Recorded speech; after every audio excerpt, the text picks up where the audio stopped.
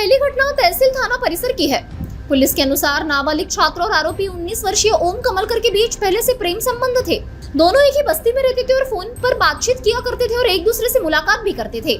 इसी दौरान एक दिन जब युवती के घर पर कोई मौजूद नहीं था तब आरोपी वहां पहुंचा और फिर शारीरिक संबंध बनाए। सिलसिला पिछले कुछ महीनों से चल रहा था। पीड़िता की तबीयत बिगड़ने पर जब उसने जाँच कराई तब डॉक्टर ने उसे गर्भवती घोषित किया।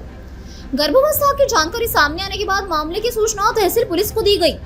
पुलिस ने आरोपी के खिलाफ दुष्कर्म की संबंधित धाराओं के तहत मामला दर्ज कर आरोपी को गिरफ्तार कर लिया है और आगे की जांच जारी है।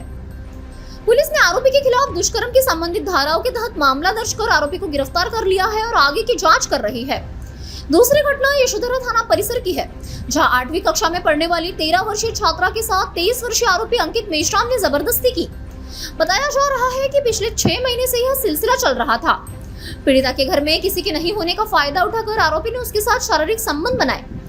जानकारी के मुताबिक पीड़िता की मां ने अपनी शिकायत में बताया है कि उनकी बेटी और आरोपी कुछ महीनों से फोन पर बात किया करते थे।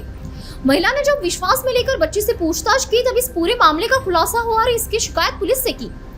पुलिस ने मामला दर्ज कर आरोपी को गिरफ्तार कर लिया और आगे की जांच कर रही है। तेव्हा तिने सांगितले की त्यांच्याच परिसरात बाजूला राहणारा अंकेश उर्फ अंकित विजय मेश्राम हा जेव्हा बाजूला राहत होता तेव्हा त्याने एक दिवस त्यांच्या घरात येऊन बळजबरीने हिच्यावर जबरी संभोग केला होता आणि तेव्हापासून त्यांनी 2-3 वेळा असंच धमकावून त्याला जबरी संभोग केला।